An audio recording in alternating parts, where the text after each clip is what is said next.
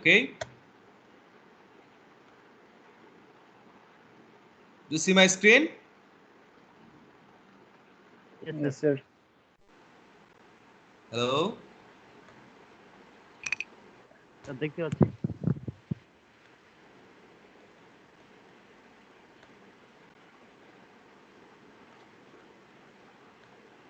okay, this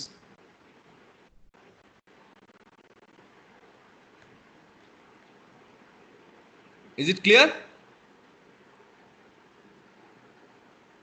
G sir. Okay, so what is lipid profile? Lipid profile, profile of lipids mainly. Okay, there are different types of lipid present in our body, especially they are present in our blood.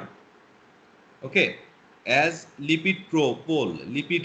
Okay, lipid pole, amino acid pole motoi lipid pole. So if you want to know what types of lipid and how much lipid are present in our blood, we should go in laboratory to examine our blood to assay the amounts of lipid present in our blood.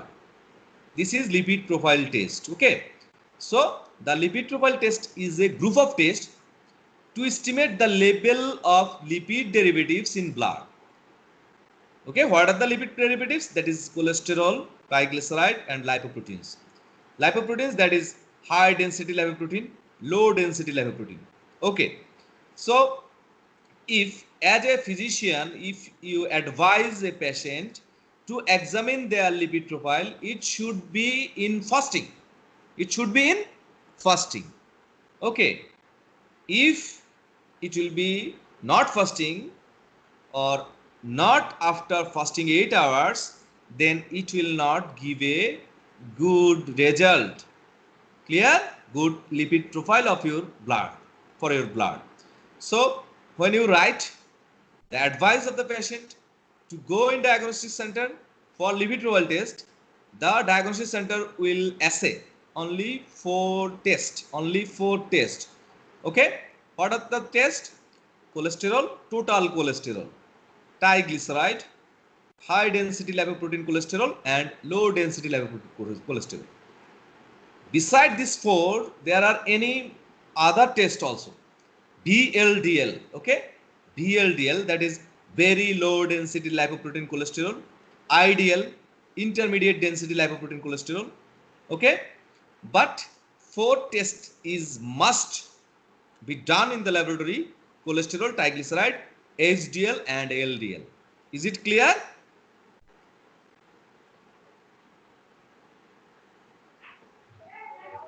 Hello Mozammel, it is clear? Yes sir.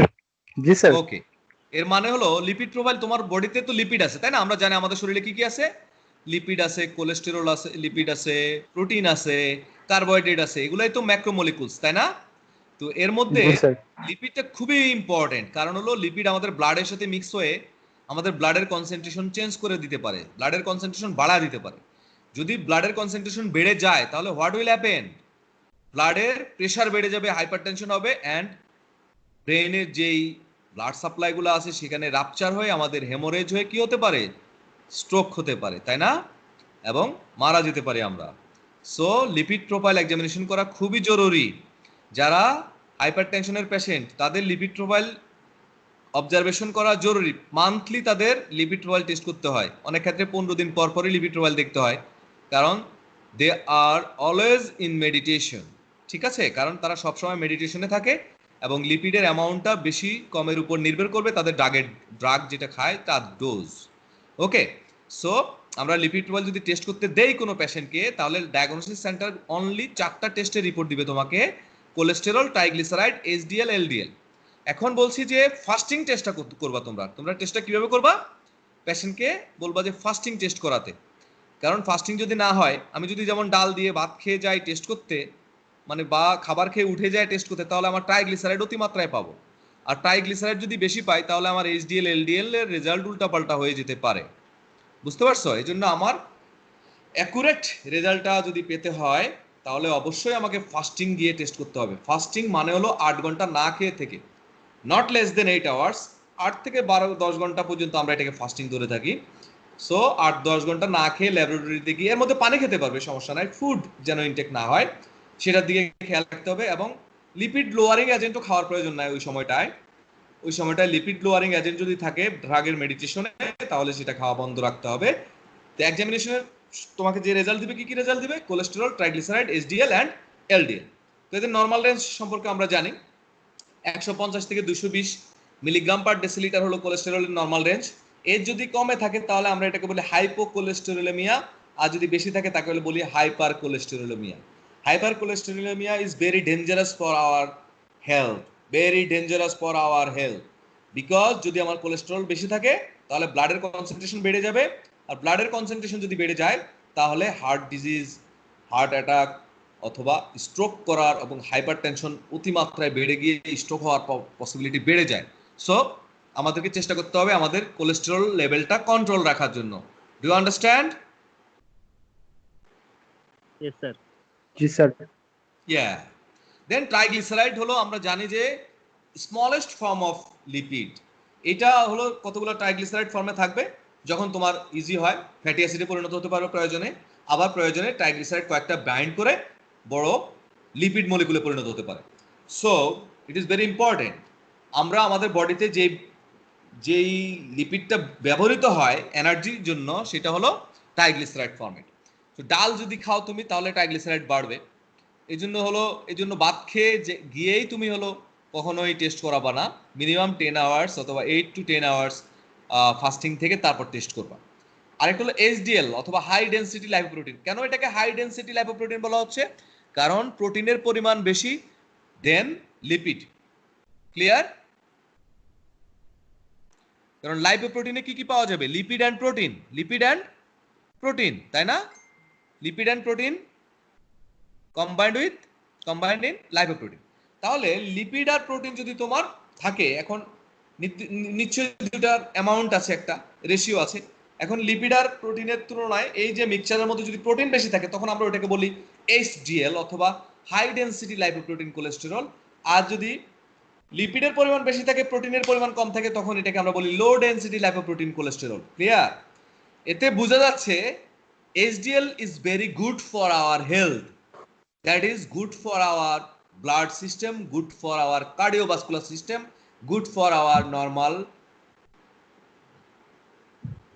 cardiac muscles activity. Clear? এবং হলো আমাদের hypertension control করতেও সুবিধা করে, সহযোগিতা করে, এবং আমার টোটাল হেলথের জন্য আমার বেস্ট কোনটা? এইচডিএল যত বেশি ইনক্রিজ হবে দ্যাট ইজ কার্ডিওভাস্কুলার ডিজিজ হওয়ার পসিবিলিটি তত কমতে থাকবে। আরেকটা হলো LDL, it is very bad cholesterol, it is also known as bad cholesterol. Which one is good cholesterol? HDL is good cholesterol. Which one is bad cholesterol? LDL is bad cholesterol. That is যদি তোমার LDL বাড়ে তাহলে বুঝতে হবে যে তোমার cardiac disease হওয়ার possibility অনেকাংশে বেড়ে যাচ্ছে। সো আমরা চেষ্টা করব আমাদের লিপিড প্রোফাইল এক্সামিনেশন করে কন্ট্রোলে রাখা যে আমার এইচডিএল আর এলডিএলটা ঠিক আছে কিনা, ট্রাইগ্লিসারাইড ঠিক আছে কিনা, কোলেস্টেরল ঠিক আছে কিনা। Do you understand? Yes sir. Hello. তাহলে বাসায় যারা হাইপারটেনশনের পেশেন্ট আছে তাদেরকে কি টেস্ট করাবা? ক্যালসিয়াম? জি না স্যার। তাদের কি টেস্ট করাতে হবে? Lipid profile. ওকে? লিপিড। এবং এটা কন্টিনিউয়াস প্রসেস, একদিন করায় 2 বছরের মধ্যে আর না করাইলে হবে এরকম? হ্যাঁ স্যার। জি না। মিনিমাম মান্থলি, আর যদি সম্ভব হয় তাহলে 15 ডেজ ইন্টারভ্যালে আমরা টেস্টটা করাবো, যাতে করে হাইপারটেনশনের পেশেন্ট যদি কোনো ঝামেলা হয়, লিপিডের পরিমাণ যদি বেড়ে যায় অথবা মেডিকেশনের কারণে যদি অনেকাংশে কমে যায়, then it is also bad. So what are the indication of lipid profile? কাদের লিপিড প্রোফাইল টেস্ট করাবা? যাদের হাইপারটেনশন আছে, মানে হাইপারটেনশন তো বুঝো, ব্লাড প্রেশার বেশি পাও, 140/100 এরকম যদি ব্লাড প্রেশার পাও। নর্মাল ব্লাড প্রেশার কত? 120/80, 120, তাই না? সিস্টোলিক কত? 120, ডায়াস্টোলিক হলো 80। এটা যদি পাও তাহলে বুঝবা যে ইট ইজ নরমাল। এর বেশি হলে, উল্টাপাল্টা হলে আমরা বলবো হাইপারটেনশনের পেশেন্ট। তো হাইপারটেনশন যদি কারো দেখতে পাও তাহলে তার লিপিড প্রোফাইল এক্সামিনেশন টেস্ট করাবা। করোনারি হার্ট ডিজিজ মানে যাদের কি হার্ট ডিজিজ আছে, যে কোনো ধরনের হার্ট ডিজিজ, আর্টারিয়াল স্টেনোসিস বলো অথবা ইসিজিতে অ্যাবনর্মালিটি দেখা যাচ্ছে, আর্টারিয়াল স্টেনোসিস, হ্যাঁ, এগুলো যদি হয় তাহলে that's all are coronary heart disease. হ্যাঁ, তো এই করোনারি হার্ট ডিজিজের ক্ষেত্রে আমরা কি করব? লিপিড প্রোফাইল টেস্ট করাবো। যাদের ডায়াবেটিস আছে তাদের ক্ষেত্রেও করাবো, কারণ হলো এখানে কিটোন বডিজ ফর্মেশন হয়, যার কারণে আমরা ডায়াবেটিস পেশেন্টদেরও কি করব? লিপিড তোমার টেস্ট করাবো। হ্যাঁ, লিপিড টেস্ট করাবো। এবং প্যানক্রিয়াটাইটিস যদি থাকে, প্যানক্রিয়াস আছে না আমাদের, প্যানক্রিয়াস অগ্নাশয়ে যদি ইনফ্লামেশন থাকে তাহলে কি করব? তাহলেও আমরা লিপিড প্রোফাইল টেস্ট করাবো। দেন আর্টারিয়াল স্টেনোসিস মানে আর্টারি যদি মানে হার্ড হয়ে যায়, এই মানে তার ভিসকোসিটি যদি বেড়ে যায়, ভিসকোসিটি যদি কমে যায়, সরি, মানে অনেক স্ট্রেট হয়ে যায় যদি, হ্যাঁ, মানে যেটা স্থিতিস্থাপকতা যদি কমে যায় তাহলে এটাকে আমরা বলি আর্টারিয়াল স্টেনোসিস। এইটা যদি কারো বোঝা যায় তার হাইপার টেনশন থাকবে, তারও আমরা লিপিড প্রোফাইল টেস্ট করাবো। এবং হলো পেরিফেরাল ভাস্কুলার ডিজিজ, অনেক সময় দেখা যায় যে আমাদের বিভিন্ন বিভিন্ন জায়গায় যে ব্লাড জমে আছে অথবা ব্লাডটা সঠিকভাবে ট্রান্সফার হচ্ছে না, বসে থাকলে পায়ের দিকে মানে পানি জমে যাচ্ছে, এই ধরনের ডিজিজগুলো যদি দেখি আমরা পেরিফেরাল ভাস্কুলার ডিজিজ, দেন আমরা লিপিড প্রোফাইল টেস্ট করবো। তাহলে কয়েকটা নাম বলি, what are the indication of lipid profile test? Hypertension, coronary heart disease, diabetes mellitus, pancreatitis, arterial stenosis, and peripheral vascular disease. Do you understand? Sir একবার repeat করেন। যাদের hypertension আছে তাদের আমরা লিপিড প্রোফাইল টেস্ট করাবো। যাদের করোনারি হার্ট ডিজিজ আছে মানে যে কোনো ধরনের হার্ট ডিজিজ, হ্যাঁ, যাদের ডায়াবেটিস আছে, যাদের প্যানক্রিয়াসে ইনফ্লামেশন আছে বা অগ্নাশয়ের সমস্যা আছে, যাদের আর্টারি হার্ড হয়ে গেছে বা আর্টারির যে স্থিতিস্থাপকতা নষ্ট কমে যাচ্ছে তাদের ক্ষেত্রে, আবার যাদের দেখি যে পায়ের দিকে পানি জমে যায় বা বডির যে পেরিফেরাল ভাস্কুলার ডিজিজ বলি এটাকে আমরা, তো এই ধরনের প্রবলেম থাকলে তাদেরকে আমরা লিপিড প্রোফাইল টেস্ট করাবো। কাদের কাদের করাবো? একজন সুস্থ মানুষ, কোনো সমস্যা নাই, হাইপারটেনশন নাই, কার্ডিয়াক ডিজিজ নাই, ডায়াবেটিস নাই, তার কি লিপিড প্রোফাইল টেস্ট করানোর দরকার আছে? না স্যার। নাই। তাহলে কাদের কাদের করাবো?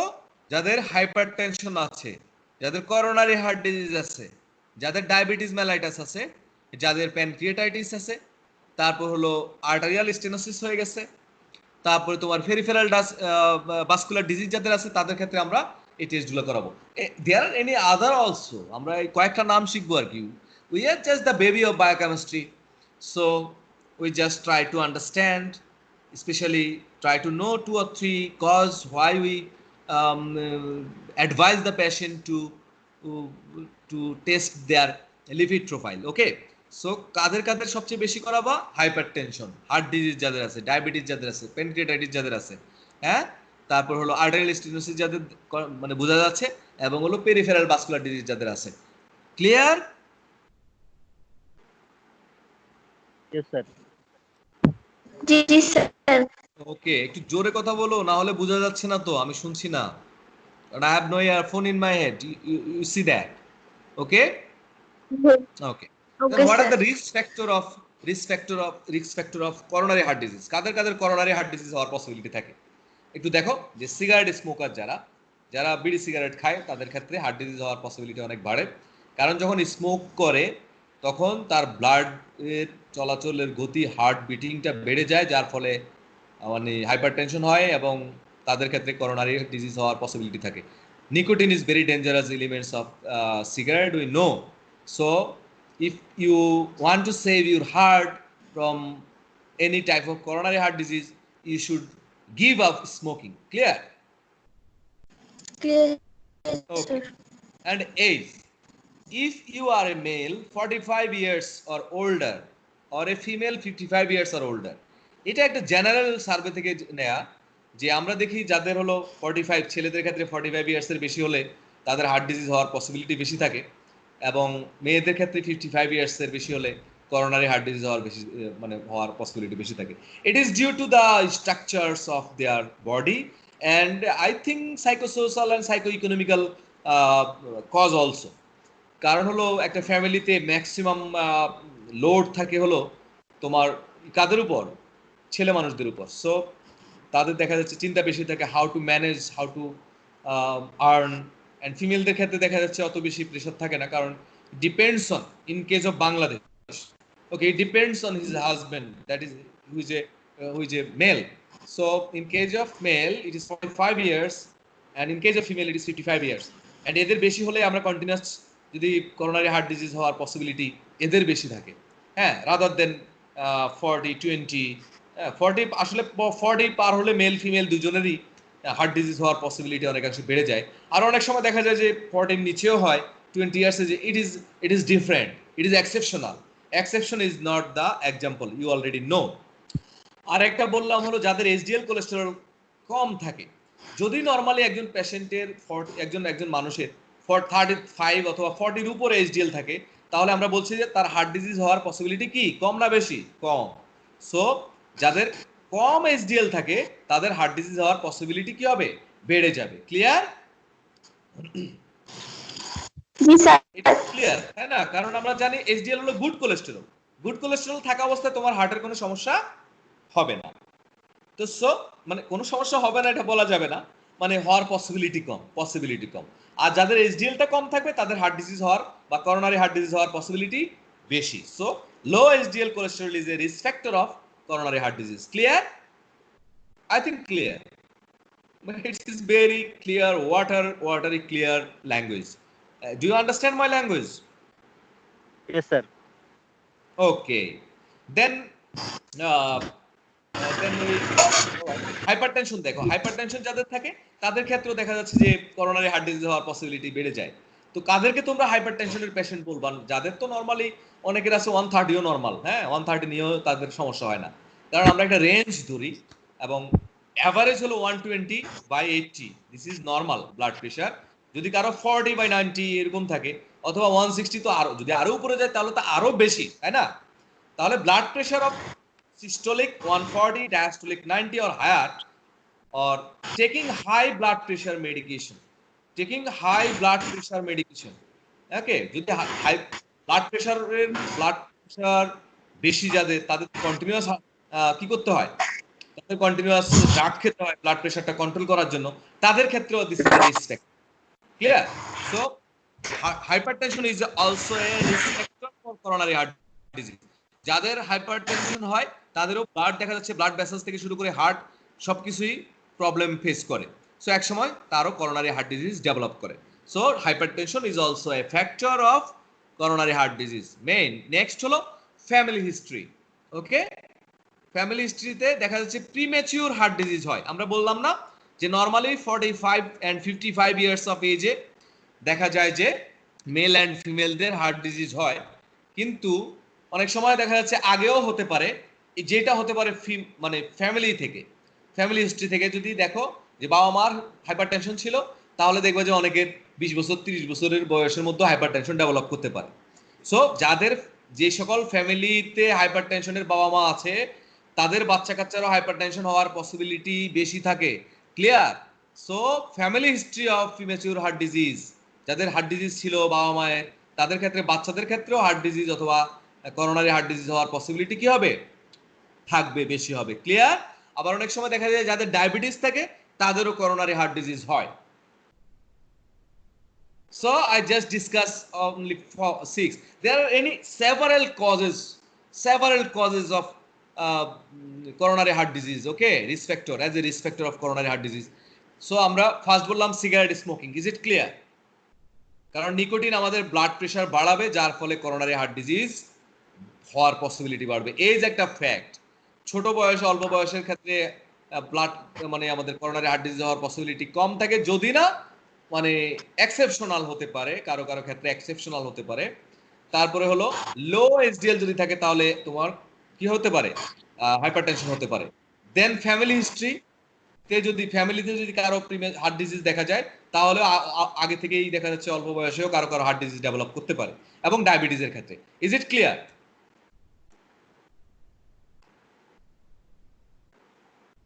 Is it clear? Yes, sir. Sir, the question, sir. Any question about lipid profile, please? Sir, এই যে আপনি বললেন যে হার্ট ডিজিজ যদি শরীরের মানে ফ্যামিলি কারো থাকে তাহলে আমাদের শরীরে ডেভেলপ হতে পারে। তো এটা স্যার Yeah. ডায়াবেটিক্স বাবা মা এরকম কারো থাকে তো আমাদের কি হইতে পারে? এটা হ্যাঁ কি জেনেটিক্যালি? এটা হতে পারে, এটা একটা হতে পারে। আমরা it is unknown aetiology actually. দেখো আমি যদি তোমাকে খুবই সিম্পল ল্যাঙ্গুয়েজে বলি, মনে করো বাবা মা যদি সবসময় গরুর মাংস খেয়ে অভ্যস্ত থাকে, high lipid containing high protein containing food খেয়ে অভ্যস্ত থাকে, তাহলে ছোটবেলা থেকে বাচ্চার কি অভ্যাস হবে বলো তো? শাকসবজি খাওয়ার অভ্যাস হবে, না হলো ওই না রিচ স্যার, ফুড খাওয়ার অভ্যাস হবে বলো? অবভিয়াসলি হবে। মাংস গরুর খাওয়ার মাংস খাওয়ারই অভ্যাস থাকবে। কারণ তাহলে এই যে বাবা মায়ের হার্ট ডিজিজ হওয়ার কারণ কিন্তু তার ফুড ফ্যাক্টর আছে, লাইফস্টাইল ফ্যাক্টর আছে, হ্যাঁ এগুলা ফ্যাক্টর না? দেন দেখা যাচ্ছে ওই বাচ্চারও জি স্যার। কিন্তু কোলেস্টেরল লোড বেশি থাকে। সো এটা একটা কজ, এটা একটা কজ, হ্যাঁ ফ্যামিলি হিস্ট্রিতে এটা একটা কজ। ওকে, ওকে স্যার। এছাড়া বিভিন্ন জেনেটিক কজ আছে, যে জিনগুলো হয়তো বাবা মার থাকলে বাচ্চাদের আসবে, এটা তো স্বাভাবিক তাই না? যে জিনগুলোর কারণে আমাদের হাইপারটেনশন হয়, হ্যাঁ এগুলা মলিকুলার লেভেলের এক্সপ্লেনেশন আর কি। আমি জাস্ট বলতে চাচ্ছি লিপিড প্রোফাইল এক্সামিনেশন কাকে বলে এটা বুঝছো কিনা? জি স্যার, এটা হলো একটা গ্রুপ অফ টেস্ট, মনে হয় 4-5টা টেস্ট, যে টেস্টগুলো দেখে আমরা বলতে পারি আমাদের বডিতে কি পরিমাণ কোলেস্টেরল, ট্রাইগ্লিসারাইড, এইচডিএল, এলডিএল আছে, তাই না? এটাকে একত্রে বলা হয় লিপিড প্রোফাইল। এখন তুমি যদি একটা পেশেন্টকে অ্যাডভাইস করো কোলেস্টেরল, ট্রাইগ্লিসারাইড, এইচডিএল, এলডিএল, তো এটা 4টা লিখতে লিখতে দেখবা যে মানে অনেক সময় আর যদি সিম্পলি তুমি লিখে দাও লিপিড প্রোফাইল, তার মানে বোঝা যাবে যে এটা কোলেস্টেরল, ট্রাইগ্লিসারাইড, এইচডিএল, এলডিএল চাইছে। ওকে, এই 4টা। এছাড়া আরো লিপিড প্রোফাইলের এক্সামিনেশন আরো অ্যাড করা যায়, বিএলডিএল অ্যাড করা যায়, আইডিএল অ্যাড করা যায়, বাট এই 4টাই নরমালি বলে দেয় যদি তুমি না উল্লেখ করো। তুমি যদি উল্লেখ করো যে cholesterol sorry lipid profile plus IDL and HDL, LD VLDL, then তারা তোমাকে এই 4টাও দিবে, পাশাপাশি আইডিএল এরও রিপোর্ট দিবে এন্ড বিএলডিএল এরও রিপোর্ট দিবে। বুঝছো? তাহলে লিপিড প্রোফাইল টেস্ট যদি অ্যাডভাইস করো তাহলে কয়টা টেস্ট করাবে diagnostic centre? Cholesterol, triglyceride, HDL and LDL. এখানে এইচডিএল আর এলডিএল এর মধ্যে কোনটা গুড কোলেস্টেরল? এইচডিএল। জোরে বলো। এইচডিএল। এইচডিএল। এইচডিএল আর স্যার। কোনটা সবচেয়ে মানে bad cholesterol? LDL. LDL. HDL কেন গুড কোলেস্টেরল? কারণ it is cardio protective. HDL বলা হচ্ছে কেন? কারণ যে লাইপোপ্রোটিন, এইচডিএলটা একটা লাইপোপ্রোটিন, সেখানে হলো প্রোটিনের পরিমাণ লিপিডের তুলনায় বেশি থাকে না কম থাকে? এইচডিএল এ এইচডিএল একটা লাইপোপ্রোটিন, জি স্যার। এইচডিএল একটা লাইপোপ্রোটিন, তাই না? জি স্যার। আচ্ছা, এই লাইপোপ্রোটিনে লিপিড আর প্রোটিন দিয়ে গঠিত। এখানে লিপিডের পরিমাণ বেশি না প্রোটিনের পরিমাণ বেশি? In case of HDL lipid sir. প্রোটিনের পরিমাণ বেশি। এইচডিএল হাই ডেনসিটি লাইপোপ্রোটিন, এটা গুড কোলেস্টেরল। তাহলে এটাকে কি বলা হচ্ছে? প্রোটিনের পরিমাণ বেশি না লিপিডের পরিমাণ বেশি? এখানে লাইপোপ্রোটিন কি দিয়ে গঠিত বলো? লিপিড আর লিপিড প্রোটিন আর স্যার। প্রোটিন। লিপিড আর প্রোটিন। তাহলে এখানে প্রোটিনের অ্যামাউন্ট বেশি হবে না লিপিডের অ্যামাউন্ট বেশি বলো তো?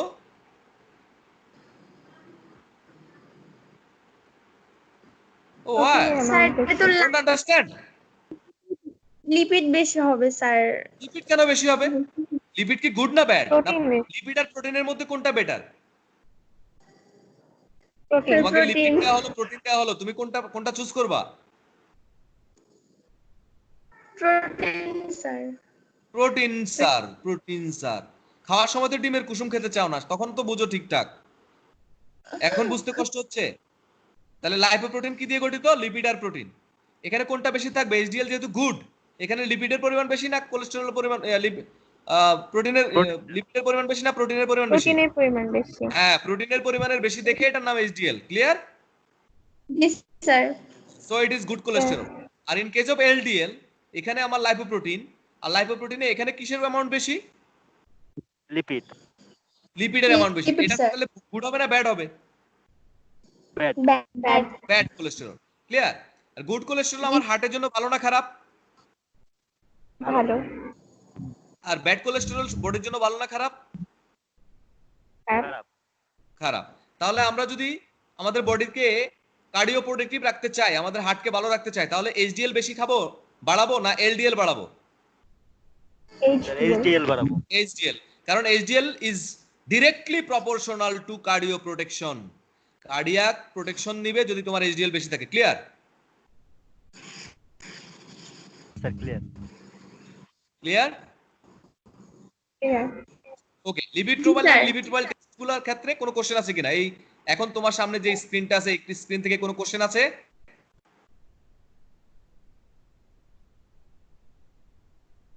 না স্যার। একটু জোরে কথা বলো, যে কথা বলবে একটু জোরে কথা বলো, আমি শুনছি না। স্যার কোনো প্রশ্ন নাই। Very good. নেক্সট, আমরা ইন্ডিকেশন থেকে কোনো কোশ্চেন আছে? কাদের কাদের আমরা টেস্ট করাবো? লিপিড না, প্রোফাইল স্যার। টেস্ট করতে কাদেরকে পাঠাবা ডায়াগনস্টিক সেন্টারে? সুস্থ মানুষকে? না স্যার, হাইপারটেনশন, তাহলে কাদেরকে পাঠাবা? যাদের করোনারি হার্ট ডিজিজ আছে, হাইপারটেনশন আছে, ডায়াবেটিস আছে, প্যানক্রিয়াটাইটিস আছে, আর্টারিয়াল স্টেনোসিস আছে, পেরিফেরাল ভাস্কুলার ডিজিজ আছে, তাই না? হ্যাঁ স্যার। আচ্ছা, রিস্ক ফ্যাক্টর বুঝছো? হ্যাঁ স্যার, বুঝতে পারছি। কাদের কাদের কাদের কাদের হার্ট ডিজিজ হওয়ার বেশি পসিবিলিটি থাকে বলো তো? যারা বেশি স্মোক করে। Who is speaking? কে কথা বলছো? নাম বলো, আমি দেখছি না। হিমাদ্রি। বলো, হিমাদ্রি বলো তো, তাহলে কাদের কাদের হার্ট ডিজিজ হওয়ার পসিবিলিটি থাকে? স্যার ছেলেদের ক্ষেত্রে 45 বছরের বেশি এবং মেয়েদের এটা কি ক্ষেত্রে এক 55 নাম্বার? বছরের বেশি। না স্যার, আগেরটা বললাম, সিগারেট যারা এটা বেশি আবার খায়। বলো। Sir cigarette smoking. স্মোকিং, হ্যাঁ, স্মোকিং শুধু সিগারেট স্মোকিং না, যে কোনো ধরনের স্মোকিং কিন্তু ডেঞ্জারাস। ওকে, দেন তারপরে স্যার বয়স, আচ্ছা স্যার ছেলেদের এই ক্ষেত্রে একটা 45 ফ্যাক্টর, বছরের বেশি। ওকে, তারপর হ্যাঁ, এইচডিএল যদি বেশি থাকে না কম থাকে? স্যার কম থাকে। যাদের এইচডিএল কম থাকে। আর এলডিএল এর ক্ষেত্রে যাদের এলডিএল কি? এলডিএল যাদের বেশি, এইচডিএল যাদের কম। হ্যাঁ, ওকে, দেন হ্যাঁ স্যার। হাইপারটেনশন, হাইপারটেনশন, তারপর ফ্যামিলি হিস্ট্রি। তারপর স্যার ফ্যামিলি হিস্ট্রি, তারপর হচ্ছে ডায়াবেটিক। ডায়াবেটিস, যাদের ডায়াবেটিস থাকে তাদেরও হাইপারটেনশন বা করোনারি হার্ট ডিজিজ হওয়ার পসিবিলিটি থাকে। আর কেউ কি কোনো কোশ্চেন করবা? Have you any question? Have you any question? No sir. Okay. Thank you for participating in my class. Thank you very much. So আমরা নেক্সটে আবার ক্লাস নিব নেক্সট রুটিন অনুযায়ী। ওকে? Okay sir. Bye.